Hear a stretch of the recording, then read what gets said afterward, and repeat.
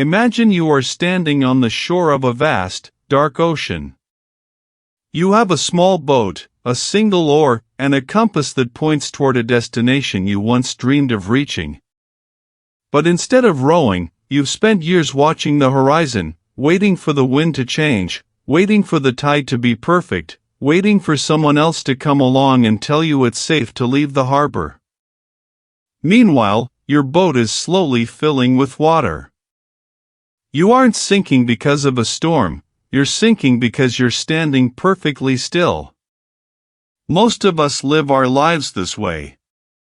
We feel a gnawing sense of dissatisfaction, a quiet, persistent hum of anxiety that tells us we are meant for more, yet we spend our days distracted, reactive, and paralyzed by the opinions of people we don't even like. We are not dying, we are simply losing our lives, one day at a time, to the inertia of a life unexamined. But what if the problem isn't that you're failing? What if the problem is that you're playing a game that was never meant to be one? Welcome to the Stoic path. Today, we aren't talking about hustle culture or how to optimize your productivity to squeeze more output out of your exhausted brain. We are talking about the quality of your existence. Stoicism isn't a collection of cold, heartless aphorisms meant to suppress emotion. It is a philosophy of radical aliveness. It was founded in the busy, chaotic streets of Athens, not in an ivory tower. It was designed for people like you and me, people navigating careers, relationships, and the relentless pressure of the modern world. The Stoics believed that to waste one's life is to live in disharmony with your own nature. It is to surrender your prohairesis, your capacity for choice, to forces that don't deserve your attention. Today, we are going to diagnose the 7 silent habits that are draining your time, and we are going to look at the ancient, ironclad logic that can help you reclaim it. We often think that wasting life looks like laziness. We imagine a person who does nothing, a person who has given up. But the tragedy of the modern age is that most people who are wasting their lives are incredibly busy. They are exhausted. They are running on a treadmill that never stops, checking notifications, stressing over emails, and worrying about how they are perceived on social media. This is the invisible drift. It is the feeling of waking up on a Tuesday and realizing you have no idea where your week went, or looking back at the last 5 years and wondering why you feel exactly the same as you did before. This happens because we have outsourced our steering wheel. We are living lives of reaction rather than intention. When you wake up and the first thing you do is check what someone else is saying, doing, or thinking, you have already surrendered the first hour of your life to someone else's agenda. You are a passenger in your own body.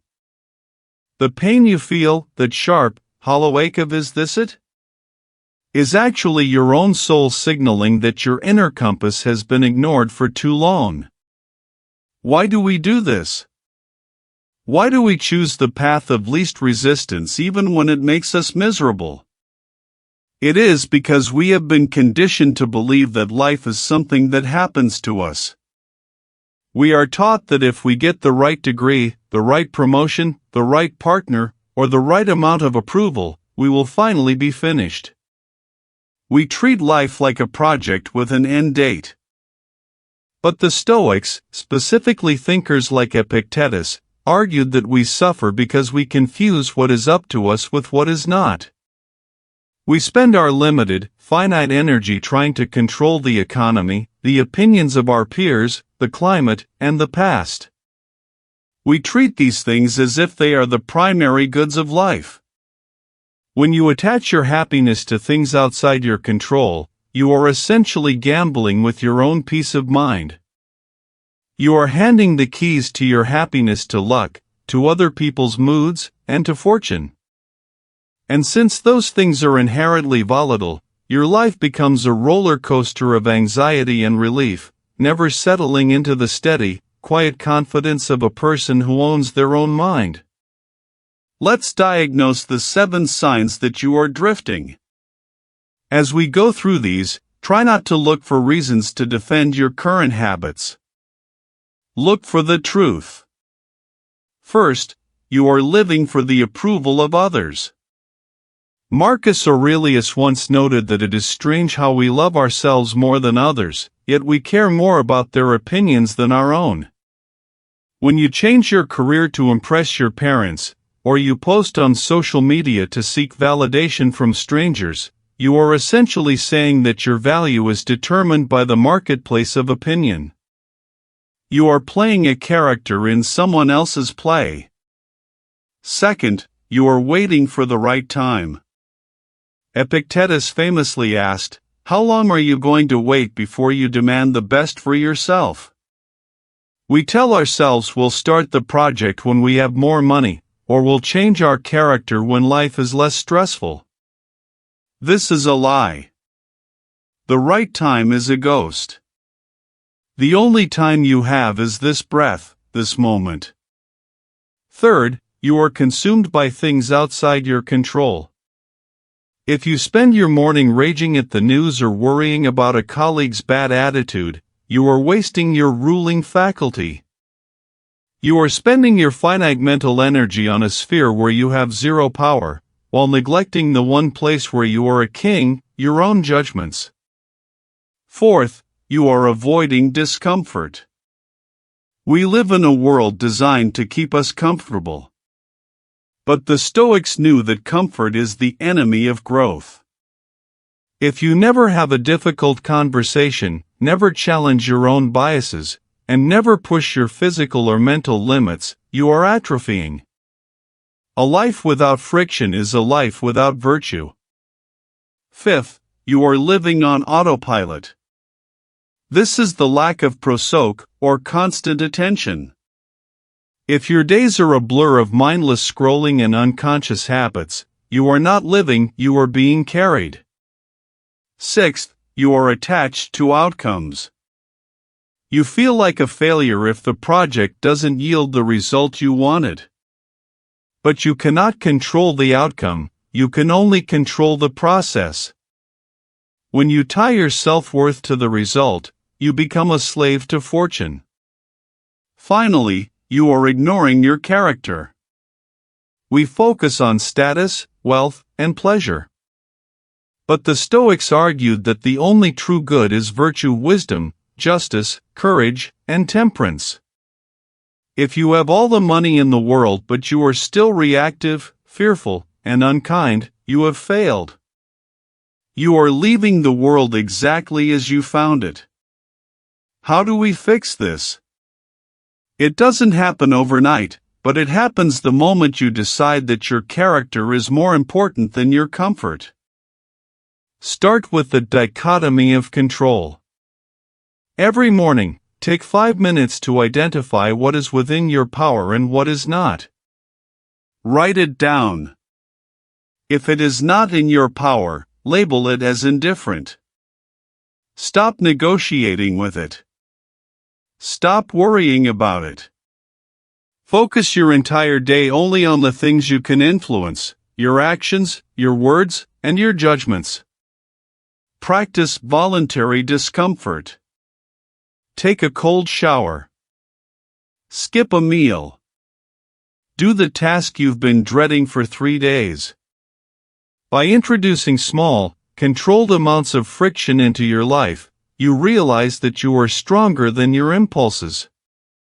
You stop being a slave to your comfort zone. Adopt memento mori.